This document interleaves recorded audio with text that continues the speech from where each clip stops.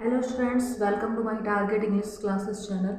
How are you? I hope all are you fine. So today's I am again with you with a new topic. What's your topic? English speaking class topic, vocabulary related to the vocabulary part. Means here I am dictating, means I am explaining about the vocabulary of your general knowledge. Okay, so you can see and understand it, and if you have any problem you can comment, and if you are new in my channel you can subscribe my channel so that you can find out at first my video. So let's concentrate on this video, means on this vocabulary. I have written so many words here, and Hindi meaning also I have written, so you can see. First number word is written here, accept. First number word is written accept. Accept means स्वीकार करना, मतलब किसी चीज़ को मानना, किसी चीज़ को मानना, accept करना. ओके, सो एक्सेप्ट का मतलब हो गया स्वीकार करना. नेक्स्ट है आपका अचीव. अचीव का मतलब होता है हासिल करना या प्राप्त करना. अचीव का मतलब प्राप्त करना या फिर हासिल करना किसी चीज़ को या किसी गोल को. ओके, या फिर किन्हीं चीज़ों को हासिल करना. एडमिट. एडमिट का मतलब क्या होता है? एडमिट का मतलब भी होता है स्वीकार करना. एंड एडमिट और एक्सेप्ट दोनों एक दूसरे के सिनोनियम्स हैं. एडमिट और एक्सेप्ट दोनों एक दूसरे के क्या हैं?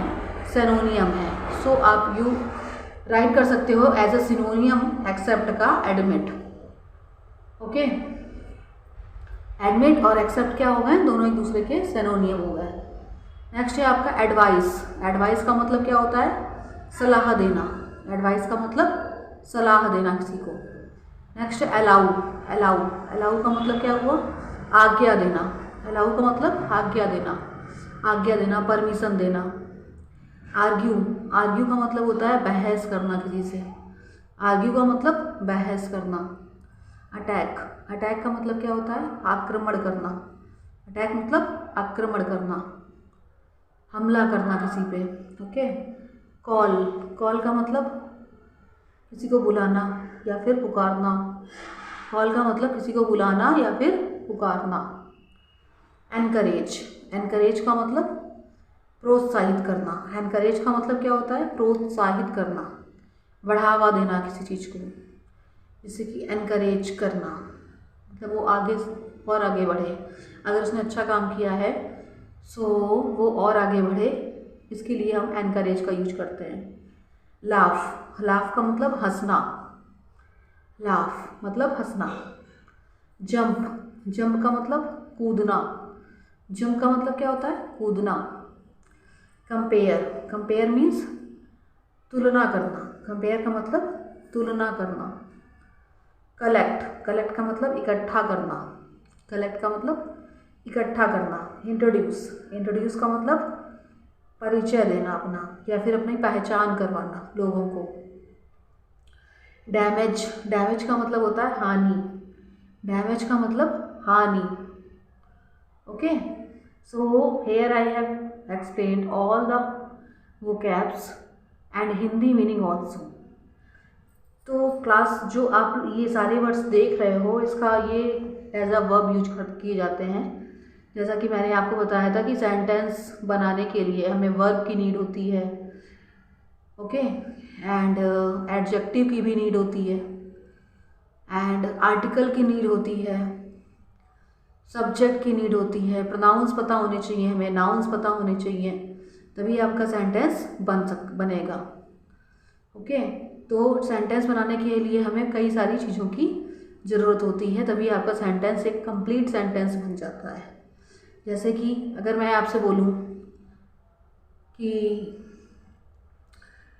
सुधा is dancing, Sudha is dancing, या Sudha is learning a book, Sudha is learning a lesson. Sudha एक पाठ याद कर रही है. Sudha is learning a lesson, इसका मतलब क्या हुआ? सुधा एक पाठ याद कर रही है. अगर मैं बोलूँ कि Sudha is learning her lesson, तो यहाँ पर आ जाएगा सुधा अपना पाठ याद कर रही है. Sudha is learning her lesson, तो सुधा अपना पाठ याद कर रही है। और अगर मैंने बोला कि Sudha is learning a lesson, तो सुधा क्या कर रही है, एक पाठ याद कर रही है। सुधा एक पाठ याद कर रही है। तो सुधा यहाँ पर क्या है, सुधा यहाँ पर नाउन होगा।